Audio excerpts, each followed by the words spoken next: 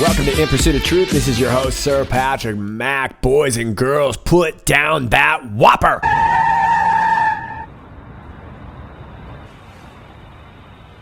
Yikes, that's uncomfortable. And today's topics might be a little bit uncomfortable. We're talking a little bit about Planned Parenthood today, so you are warned. Some of this might get a little bit gnarly, so don't tell me I didn't warn you. I also want to talk a little bit about YouTube, as well as 8chan, Benjamin Barr and James Watkins giving testimony before Congress today. So let's get started.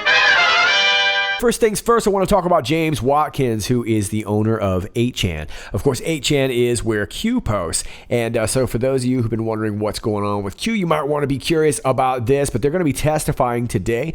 James Watkins and his legal counsel, who is Benjamin Barr. This is off of Benjamin Barr's website. Incidentally, Benjamin Barr is also representing Project Veritas. And if you're not familiar with Project Veritas, they've been doing all these undercover exposés on Silicon Valley folks like Google and Facebook and how they've been affecting the election. Really, really groundbreaking stuff, but also some stuff that's probably going to require some legal representation. Anyway, this is this very same Barr right here, Benjamin Barr. So here is the official statement here, and I will link this for you down below. It's a 6-page document. We're not going to read the whole thing, of course, but I do want to parse a couple of these paragraphs for you and point out kind of what's going on here. But here's from the opening statement. Today, James Watkins appears for a congressional deposition addressing your committee's concern over social media's company's efforts to address online extremist content. We have been prepared this statement in an effort to assist the committee in understanding how careful and responsible a platform 8chan is. While Mr. Watkins is empathetic to the victims of mass shootings in America, 8chan has never tolerated illegal speech and has a consistent track record of working with law enforcement agencies when appropriate. And let me take you down here. My company has no intention of deleting constitutionally protected hate speech. I feel the remedy for this type of speech is counter speech, and I'm certain that this is the view of the American justice system. This may be contrary opinion to our friends in other countries. Those across the oceans may feel it necessary to stifle the voice of minority opinions. This is not what I intend to do. Our company has built and maintained a digital forum that is the place where opposing viewpoints and those of minorities such as the LGBTQ to the fourth power may express themselves free from the fear of their life. As some are persecuted with even the ultimate penalty in other countries, I am aware that my invitation here was because of some recent mass shootings.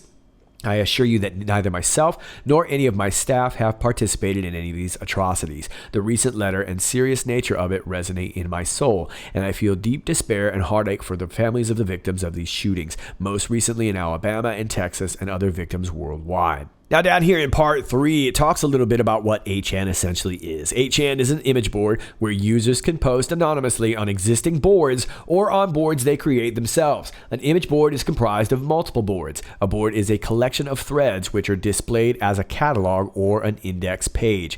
Threads contain replies. Users can either create new threads as original posters or OPs. And if you've heard Q talk about think OP sometimes, that's what they're referring to. Sometimes. Or reply to existing threads on their boards of choice. On 8chan, anyone can create a board using the create feature. When a user creates a board, he or she becomes a board owner. In 8chan parlance, a board owner can add board volunteers to help moderate the board. Using an analogy, 8chan works like a federation, with the 8chan administration as the federal government, each board as a state, and each board owner as a governor. Each board has its own rules, but the only rule every board has to abide by is the 8chan global rule, which states, do not post, request, or link to any content that is illegal in the United States of America, and do not create boards with the purpose of posting or spreading such content. So this is a 6-page document. Let me take you down to part 7, just basically letting you know what they're doing now. At this time, 8chan is offline voluntarily. The site may come back online, but only when 8chan is able to develop additional tools to counter illegal content under United States law. So if we are going to hear from Q, it's going to be whenever that time is. 8chan has had limited contact with Silicon Valley technology companies or their staff. NT Technology has contracts with Aaron, Tucson, I think that's right, Tucson, and Epic. There have been no sharing of information or networking or any joint effort with any other Silicon Valley technology companies. Furthermore, 8chan has had no contact with any companies or staff in charge of alternative social media website. If 8chan comes back online, it will be done when 8chan develops additional tools to counter illegal content under United States law. If 8chan returns, staff would implement a way to restrict certain parts of the website during a state of emergency, in which case any board in question would be put into a read-only mode until it would be deemed safe enough to enable posting again. Now, I want you to really pay attention to that, because a read-only mode is kind of what we've been introduced to with the Patriots Fight board. That was a read-only board, right? So I have a feeling that this could get a little bit ugly here, but it might be a way to introduce the content of Q into the public eye under a lawsuit. I don't know if that's exactly going to happen, but it looks like that could be possible. It also looks forward to working with the federal government to improve the law, making reporting and engagement with law enforcement agencies easier. Towards this end, 8chan includes its list of suggested legislative reforms as Exhibit B. So it remains to be seen what's going to happen here. Like I said, by the time you're watching this video, we might even get some more updates happening. But this should be a big deal, and the reason I think it's a big deal is because A, the mainstream media is nowhere to be found on it, so it's probably important. But this really has a lot to do with free speech, and of course, 8chan is a really crazy place. It has been for a while. So is 4chan, so is Twitter, so is Facebook. All these social media companies really have a little bit of responsibility to bear in some of this. But it should be interesting. Now, for those of you who don't know, 8chan was sold to James Watkins in 2014 by Frederick Brennan, a young man. And this guy was also getting a lot of flack, for a long time about child abuse and rape and the content and things like this. And very much like Watkins, defended the free speech, although he ended up kind of saying that this place became a sort of a haven for white nationalism. And now that it's been knocked off by Cloudflare, who was hosting it, has really supported it. So it's very strange. And that this guy lives out in the Philippines, has since 2014. But that's Frederick Brennan. If you want to know more about this story, this is a really long story, but I'm over here at Wired.com. It's entitled The Weird Dark History of 8chan, and I'm going to leave this for you here because it's a pretty interesting story about Brennan, who's quite a mind himself. But like I said, he was very supportive of 8chan being knocked off by Cloudflare. So this is going to be a really interesting case. James Watkins is definitely up against a lot, and I wouldn't be surprised if somehow we end up revealing the story of Q through this process.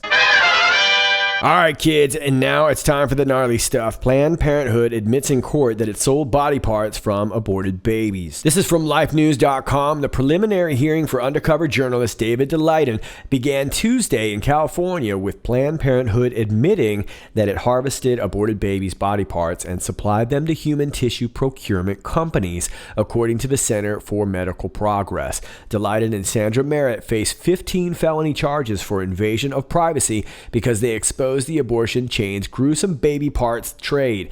Tuesday began a 9-day preliminary hearing about whether the case should go to trial, Courthouse News reports. DeLayden and Merritt's lawyers believe their prosecution is politically motivated by politicians like California Attorney General Javier Becerra and Kamala Harris, who received huge campaign donations from the abortion industry. No other journalists have been prosecuted for similar undercover investigations under California law, they contend.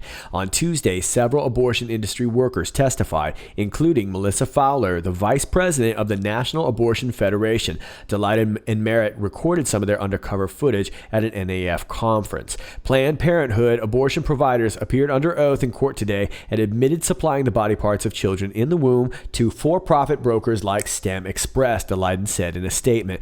Meanwhile, the vice president of the National Abortion Federation denied any knowledge of the gruesome trafficking in fetal body parts, despite hosting StemX Express as a major vendor at the trade shows. Okay, so this is a super crazy story, and very much like Project Veritas, this David Daleiden caught some people doing some things, particularly at this National Abortion Federation. But in a very similar fashion, they also caught StemX in a situation. I want to talk about that too. But first, let's take a look at a little bit of this footage. A company like this that wants to give out organization money for the tissue, like, I think that's a valid exchange, and that's okay.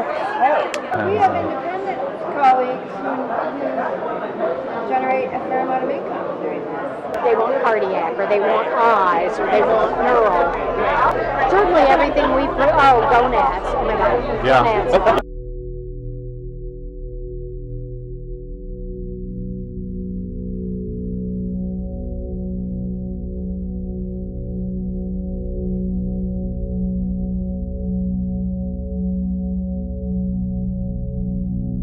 Okay, so as you can see, that is the opening to the video entitled Human Capital, and that's part 4 of a series. You can find them online. I will leave that linked for you down below too. There's some pretty gruesome stuff in there. It's not a real long video, but I just wanted to show you enough so that you get an idea of what we're talking about. Procurement of human tissues, some pretty gruesome stuff. So you can choose to see that if you want, but you get the idea. So let's go back to the case. The NAF conference exhibitor rules and regulations did not prohibit video recording at the time the undercover videos were filmed, according to the Center for Medical Progress. However, in court Tuesday, Fowler refused to acknowledge that video recording was never mentioned in the rules and regulations presented to exhibitors at the time of application, CMP reports. Fowler also told the court that she does not know what a fetal tissue procurement company is, even though StemX was a vendor repeatedly at NAF conferences, and she has more than a decade of experience in the abortion industry. It continued. Here's more. Doe 7, a non-physician who performs surgical abortions for Planned Parenthood Northern California, testified that she provided fetal tissue from the abortions she did at Planned Parenthood as a regular occurrence. When asked if she had ever heard of StemX, Doe 7 said she had heard of cases in which StemX was involved and money was exchanged. StemX and Planned Parenthood Northern California are both under ongoing FBI and U.S. Department of Justice investigation for selling fetal organs and tissue against the law. Okay, so keep in mind, this is ongoing. Now, I want to talk a little bit about StemX. Here's their website, StemXpress.com, your source for quality, fresh, and cryopreserved human biospecimens. Get quality biospecimens you need when and where you need them. Are you tired of doing things the old way, spending too much time waiting for your fresh orders to be fulfilled? I know, right? It's like I'm just waiting around, settling for cryopreserved products to meet your deadlines. Struggling to find a reliable biospecimen supplier? If this sounds familiar, we know how difficult and frustrating it can be, but it doesn't have to be that way. There's a better and fresher solution, StemX. Well, ladies and gentlemen, it seems that StemX is more than just your friendly neighborhood human tissue collector. Yeah, there's also a dark side. And in November 2017, the Center for Medical Progress posted this. StemX paid bonuses for body parts harvested in Planned Parenthood abortion clinics. And once again, this was David Daleiden who caught them. Los Angeles, November 14th, StemX, one of the main business partners of Planned Parenthood in harvesting and selling aborted fetal organs and tissues, paid the workers it stationed inside Planned Parenthood bonuses based on the number and type of fetal body parts they could harvest, according to eyewitness testimony and documentation. We wanted more gestated fetuses. It was a lot easier to get these, and we could take more from it, said Holly O'Donnell, a procurement technician for StemX from late 2012 to early 2013, speaking in the 4th video in a new series from the Center for Medical Progress. And this is the video right here, and I made you a little montage right here because I do think it is important to hear this story. The procurement technicians actually you guys got a special bonus structure. Oh, definitely. Based on the number and type of body parts that you could harvest. Mm-hmm. How did your pay structure work from StemX? You get more money for tissues, like if you got a brain or liver versus like blood sample. Mm-hmm. There's different tissue categories, okay? There's category A, B, and C. So A is like brain, heart, lungs, liver, The stuff that's spleen, really in high really, demand, or the the really really high valuable demand. stuff. We wanted more gestated fetuses. It was a lot easier to get these, and we could take more from it. 11, 20 specimens, you know, you're getting $20 per specimen. It's 1 to 10, you're doing just blood, you're getting $10 per one blood draw. That's what you get. So the compensation of the procurement technicians from StemX, it sounds to me like it was getting increasingly built around how valuable of body parts can they harvest at Planned Parenthood for StemX corporate. Exactly. The law is that you're allowed to donate human body parts, but nobody is supposed to be selling and making money off of and commodifying human body parts, whether it's adult, fetal, aborted, car accident, whatever. But you look at the business model of StemX, where everything is based around the volume-based acquisition and transfer of aborted human fetal body parts. It looks clearly like it's it looks like it's about maximizing volume, maximizing revenue, maximizing profit off of aborted fetal tissue. We had one doctor named Dr. Berman. He was a Planned Parenthood Marmonte abortion doctor who was also working as the medical director of StemX. Yes. Yeah. And we would get emails. We all had our own personal email, and you know, get emails daily or when you were home. And he was very, very fast. And He was fast in how he would do the abortions. He was quote unquote. I mean, I have the emails to prove it. I have them. There are a couple of times where he has mentioned that today is a Dr. Berman day. You know how he goes fast and vicious. And there are women that would be coming in and they'd be scared and they'd be crying, and you know, it's really hard because some of these women, they don't want to do it and they're not sure if they want to do it. But some of the workers there are numb to it. They don't understand how hard it is for some of these women. With the shipping, we'd have our supplies in a certain part of the room.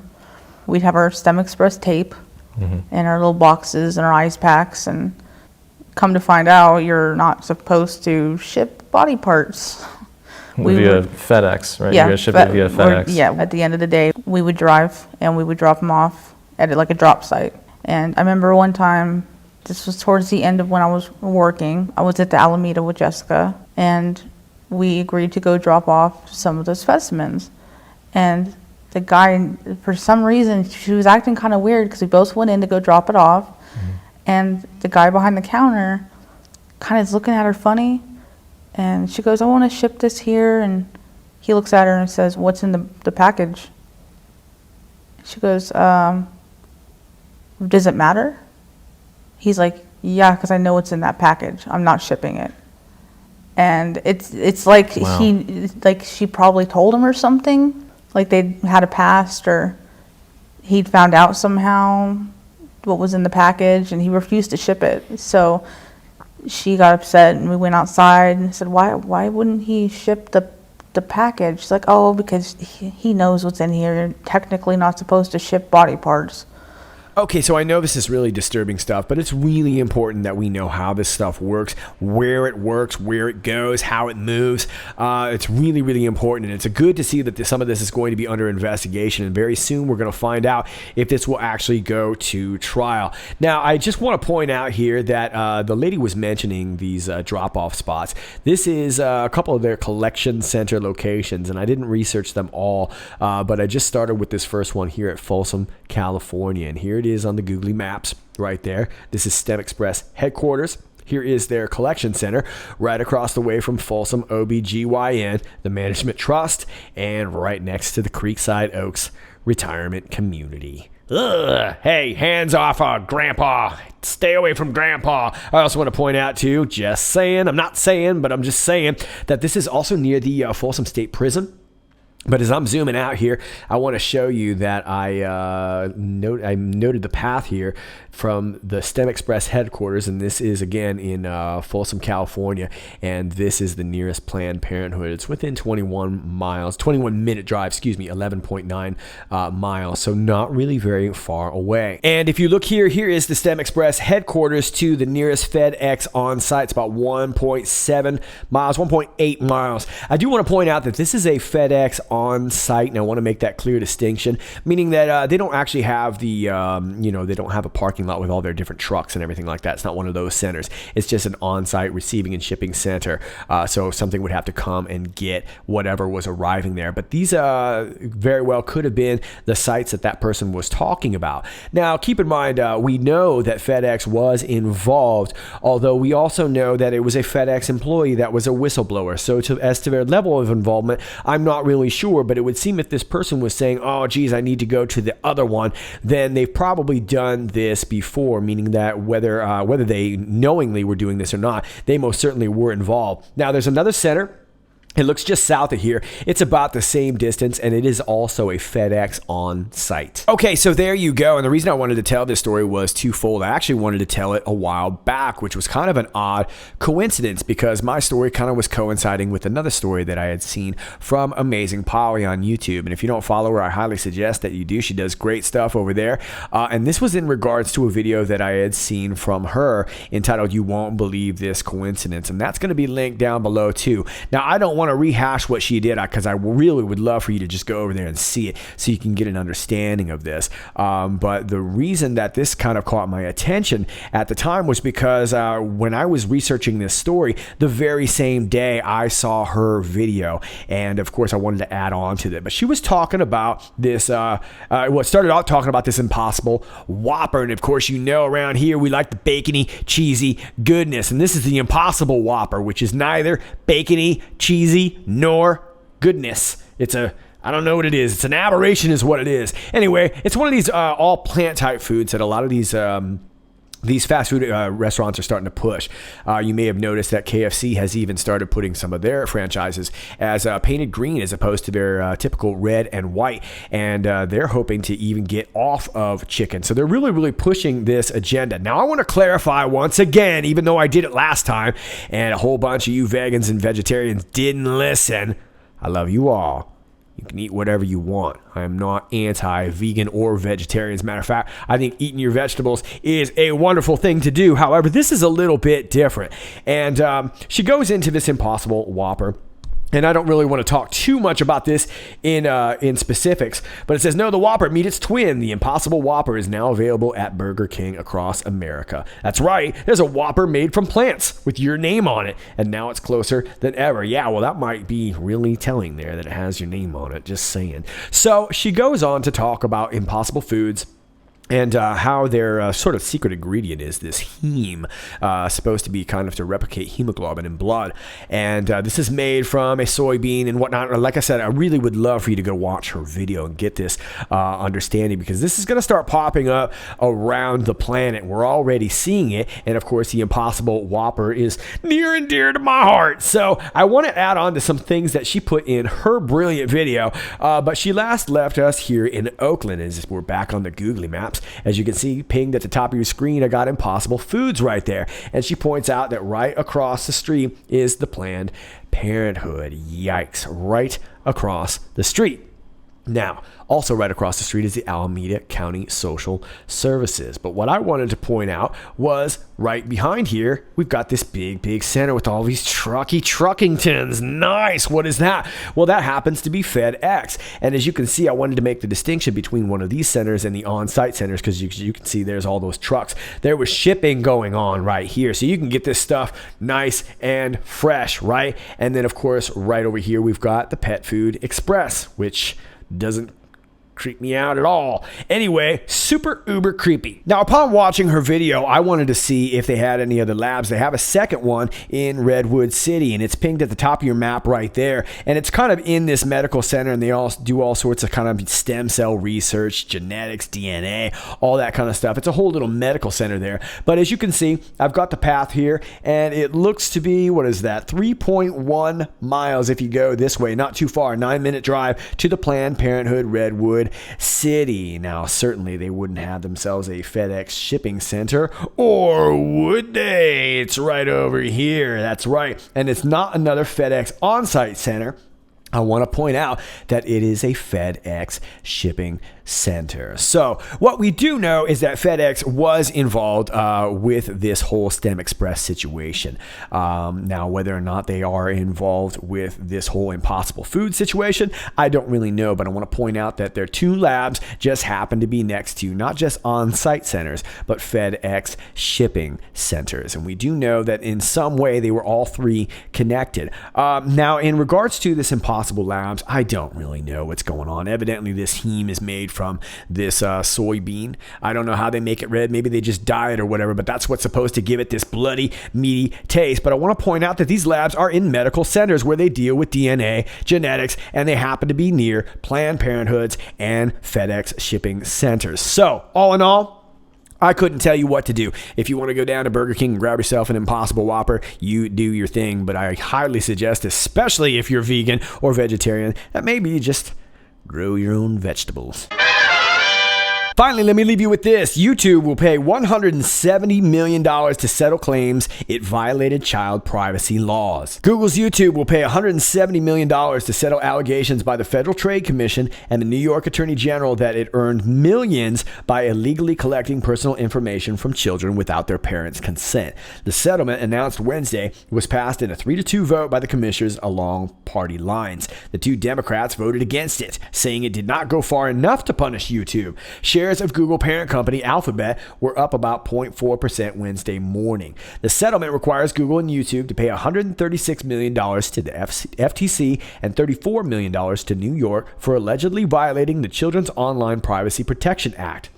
The $136 million penalty is the largest amount the FTC has ever obtained in a COPPA case since Congress enacted the law in 1998, according to the agency.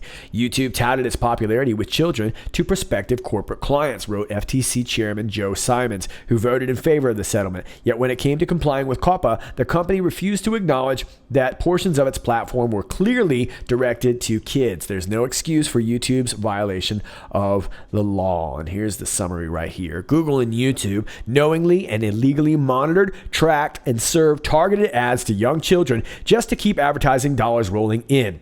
New York Attorney General Letitia James said in a statement following the announcement, "These companies put children at risk and abuse their power, which is why we are imposing major reforms to their practices and making them pay one of the largest settlements for privacy matter in U.S. history." Okay, so this is good news, although I got to say I'm not really sure that this is yet enough. But at the same time, YouTube just announced that they were deleting tons and tons of accounts, and it was upwards of 500,000. And of course, they're claiming that a lot of this is, the usual rhetoric, the white nationalist stuff, the KKK stuff, all of it is, somehow leading to violence. Well, the fact of the matter is that YouTube has been banning channels for quite a long time, depending on, really however they feel. Yours truly has dealt with plenty, and that's why CEO of YouTube, Susan Wojcicki, never gets any cake.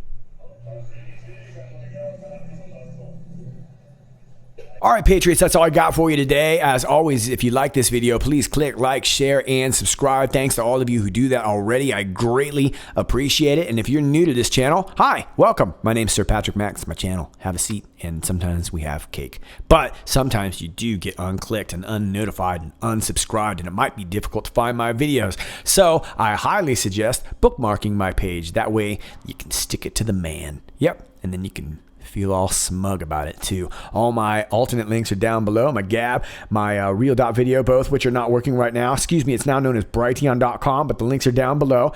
My BitChute is working. My DropSpace is working. And of course, I'm over at Twitter at IPOT 1776. And if you are on Twitter, please join me over there at IPOT 1776, where I do lots of snarky threads and generally just pretty much run my mouth. But all those links are down below. My email is down below. If you'd like to send me some information, please do not DM me on really any social media. I just do email. I would greatly appreciate it.